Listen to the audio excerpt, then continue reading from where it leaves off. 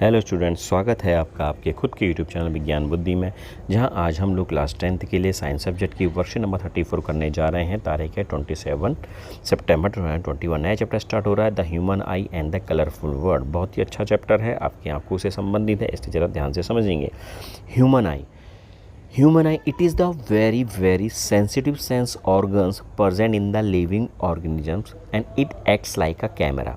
तो एक नंबर का क्वेश्चन कि हमारे पूरे बॉडी पार्ट के अंदर वह कौन सा सेंस ऑर्गन है जो कैमरे की तरह एक्ट करता है। तो आप क्या बोलोगे?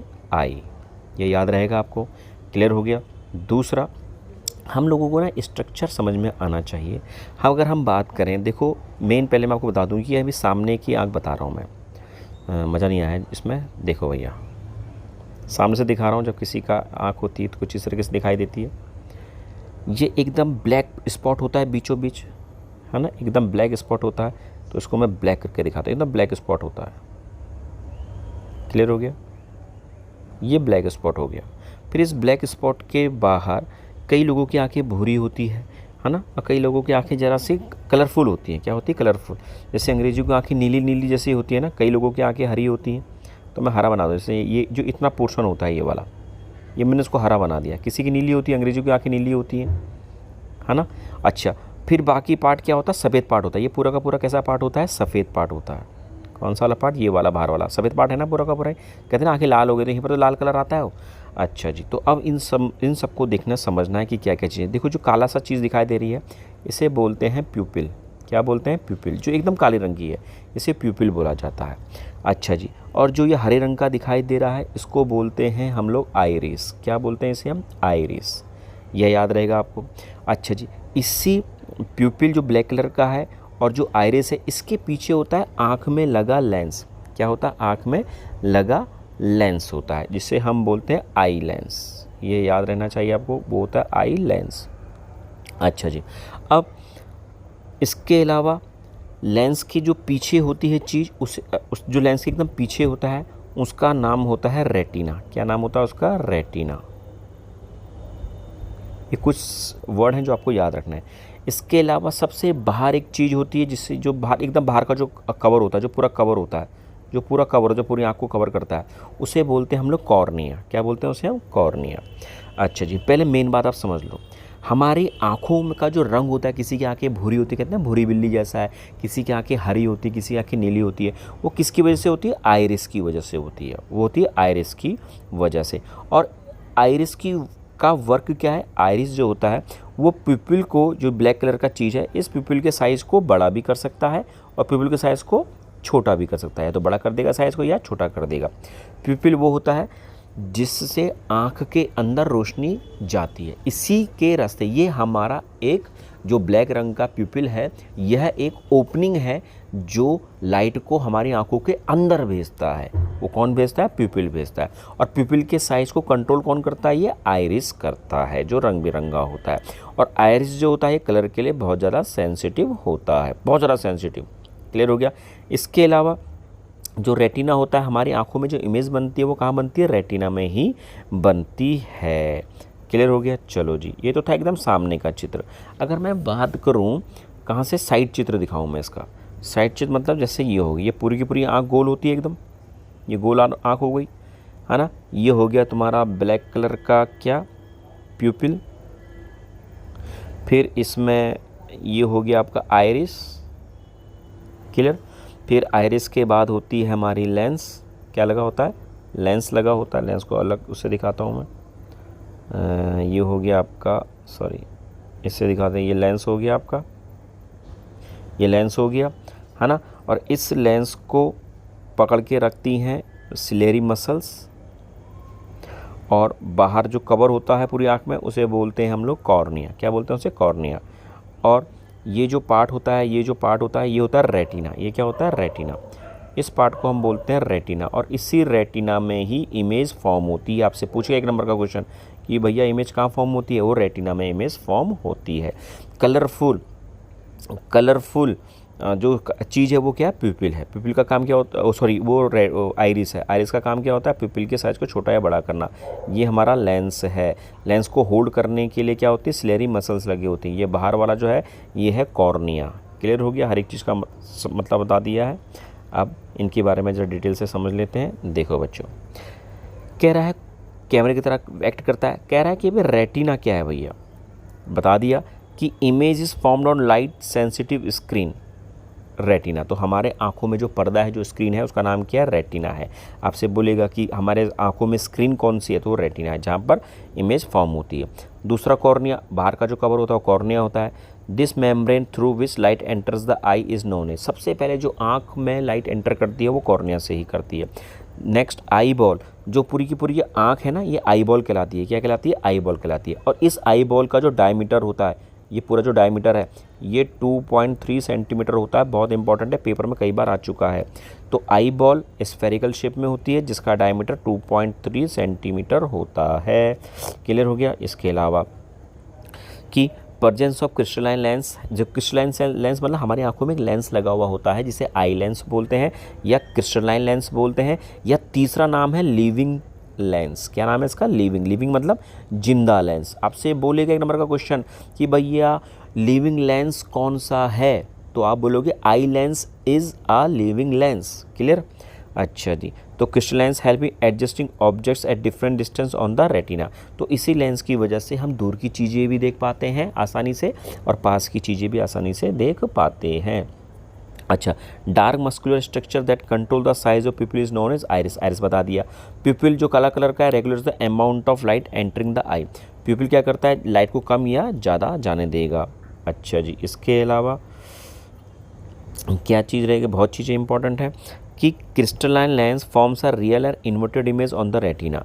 जो रेटिना पर कौन सी इमेज होती है, रियल इमेज। मैंने आपको पहले बता दिया, इमेज दो तरह की होती है, रियल और इन्वर्टेड, रियल और वर्चुअल। रियल वो होती है जो किसी स्क्रीन में मिलती हैं। क्लियर। तो स्क्रीन में मिलती है, रेटिना एक स्क्रीन है, वहाँ पर रियल इमेज मिलती है। और रियल इमेज हमेशा कैसी होती है, सीधी की उल्टी, इन्वर्टेड, उल्टी होती है, इन्वर्टेड होती है। कैसी होती है, inverted. Retina contains light sensitive sales. तो दो तरह के लाइट सेंसिटिव सेल्स होते हैं, एक होता है आपका रॉड सेल और एक होता है आपका कोन सेल। क्लियर हो गया।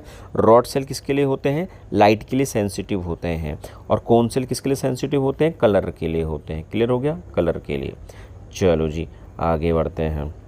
कह रहा पावर ऑफ, अच्छा इसके अलावा हमारे आँखों में एक होती है ऑप्टिक नर्व। मतलब हमारे आँख के अंदर इस रेटिना पर इमेज तो बन गई, पर रेटिना पर इमेज बनने के बाद वो हमारी जो इमेज बन गई है उसको कहाँ भेजा जाएगा, हमारे ब्रेन में भेजा जाएगा। कहाँ भेजा जाएगा, ब्रेन में। तो ब्रेन में भेजने के लिए जो नस होगी ना, जो नर्व होगी, उसे हम बोलते हैं ऑप्टिक नर्व। क्या बोलते हैं इसे हम, ऑप्टिक नर्व।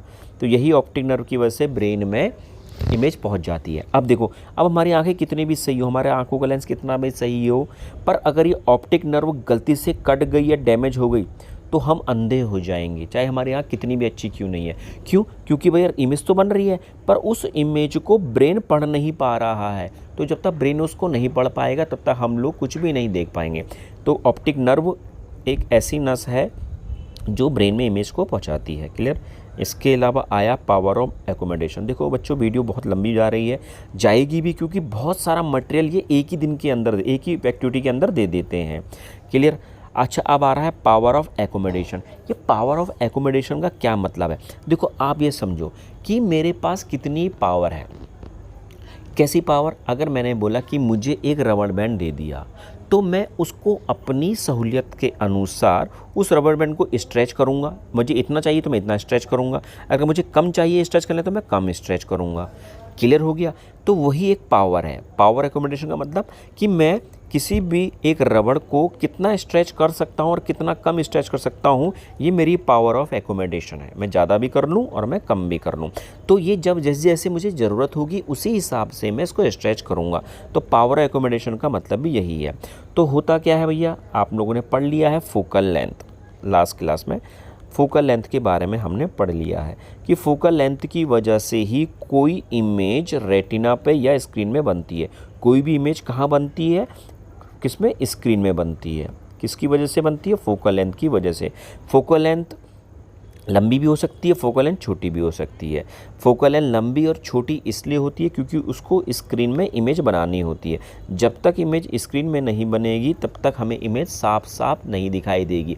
अगर वो स्क्रीन में नहीं बन रही है तो वो धुंधली या ब्लर दिखाई देगी। तो फोकल लेंथ को कम करना या लंबा करना, इसी को हम क्या बोलते हैं, power of accommodation.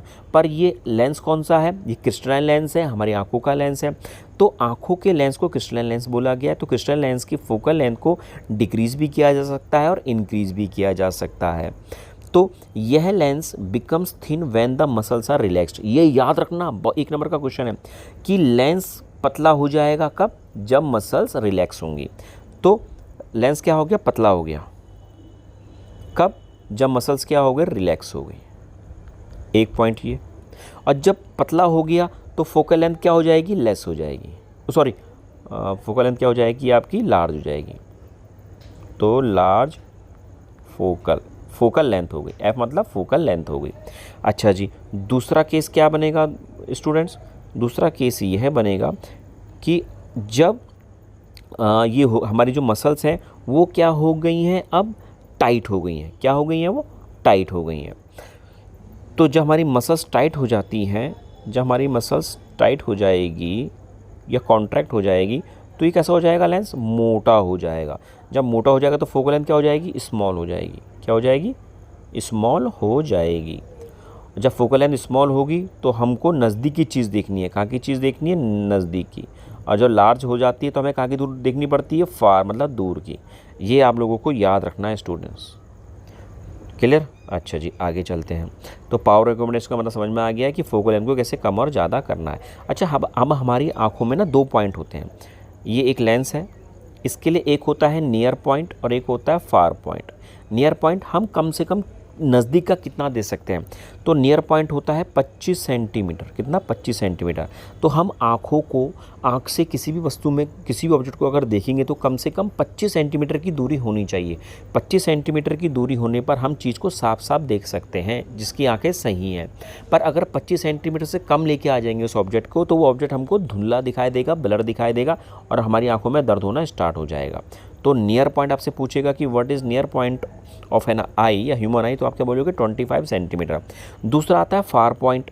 Far point का मतलब हम कितनी दूर देख सकते हैं। भैया हम चंद्रमा को देख ले रहे हैं, हम सूरज को देख ले रहे हैं, हम तारों को देख ले रहे हैं, तो हमारा फार पॉइंट कहाँ है, इनफाइनाइट पर। कहाँ है ये, एट इनफाइनाइट, अनंत दूरी पर है ये, एट इनफाइनाइट। भैया बहुत दूर है तो अनंत बोलते हैं उसे, एट इनफाइनाइट। तो आपसे पूछेगा कि हमारा नियर पॉइंट कितना है, 25 सेंटीमीटर, और हमारा फार पॉइंट कितना है, इनफाइनाइट मतलब अनंत तक है। क्लियर। इसके अलावा हम लोग क्या पढ़ रहेंगे, dispersion of white light by glass prism. आप लोगों ने ग्लास प्रिज्म देखा होगा, इस लैब में देखा होगा, वो ट्रांसपेरेंट होता है, ग्लास का ट्रायंगल शेप में होता है। अगर इसमें से हम लोग एक वाइट लाइट को डालेंगे, किसको डालेंगे, एक वाइट लाइट को डालेंगे। अगर हमने वाइट लाइट डाली ना, देखो ये वाइट लाइट जा रही है, देखो बच्चे यहाँ चित्र में दिखाई रही है।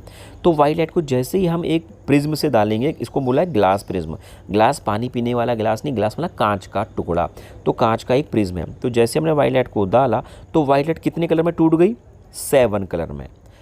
और इस 7 कलर को बोलते हैं विबग्योर। विबग्योर क्यों बोला, क्योंकि वी से वायलेट, आई से इंडिगो, बी से ब्लू, जी से ग्रीन, वाई से येलो, ओ से ऑरेंज और आर से रेड, तो इसको बोला जाता है विबग्योर। क्या बोला जाता है, विबग्योर। तो जब कोई एक वाइट लाइट 7 कलर में टूट जाती है, तो 7 कलर में जो टूट रही, देखो टूट रही है नहीं, आप देखो, और हर एक कलर एक बार क्या हुआ, टच होते हुए आगे आगे बढ़ रहा है, तो इसको बोलते हैं बैंड ऑफ कलर्स। क्या बोलते हैं, बैंड ऑफ कलर्स, कलर का झुंड। बैंड मतलब झुंड, तो बैंड का क्या, कलर का क्या होगा, झुंड हो गया। तो बैंड ऑफ कलर्स, कलर का झुंड हो गया। इसी कलर ऑफ झुंड को हम क्या बोलते हैं, क्या बोलते हैं, स्पेक्ट्रम बोलते हैं। तो band of colour is known as spectrum. और बैंड ऑफ कलर हमें कब दिखाई दिया, जब एक वाइट लाइट को, एक सूरज की लाइट को या टॉर्च की लाइट को हमने प्रिज्म से गुजारा तो वो 7 कलर में टूट गया, और इसी बैंड ऑफ कलर को या कलर के झुंड को हम बोलते हैं स्पेक्ट्रम। क्लियर हो गया। और जो यह प्रोसेस होती है, क्या प्रोसेस, कि एक वाइट लाइट 7 कलर में टूट गई है, तो ये process of scattering of light या process of separating of light या process of splitting of light, चाहे सेपरेटिंग बोले अलग होना या स्प्लिटिंग टूटना बोले, तो इसी प्रोसेस को हम क्या बोलते हैं, डिस्पर्जन। क्या बोलते हैं, डिस्पर्जन। ये याद रखना आप लोग। स्पेक्ट्रम क्या होता है, कलर का झुंड स्पेक्ट्रम कहलाता है। पर जो एक वाइट लाइट अलग अलग कलर में टूट गई है उस प्रोसेस को हम क्या बोलते हैं, डिस्पर्जन बोलते हैं। अलग अलग चीज़ें हैं भैया, spectrum colour of band, colour का झुंड है, और जो कलर में टूट गई है कोई लाइट उस प्रोसेस को हम डिस्पर्जन बोलते हैं।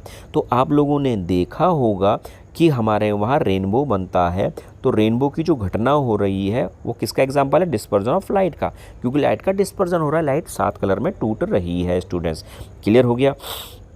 अच्छा, इसमें जो सबसे इंपॉर्टेंट चीज़ है कि सबसे ज़्यादा कौन कलर बेंट हो रही है। देखो, लाल कलर ज़्यादा बेंट हो रहा है या वायलेट कलर ज़्यादा बेंट हो रहा है। देखो, वायलेट कलर ज़्यादा बेंट हो रहा है, ये क्योंकि है, ये ऐसे जा रहा है, और रेड वाला ऐसे जा रहा है, तो कौन ज़्यादा बेंट हो रहा है, नीचे वाला, मतलब वायलेट कलर।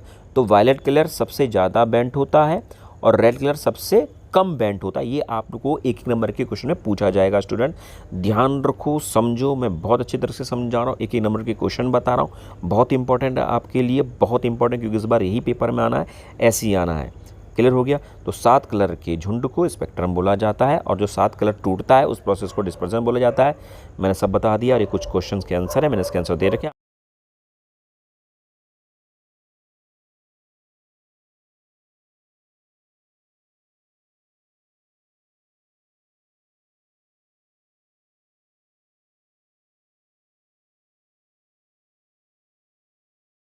आप उसको करो स्टूडेंट। Okay bye.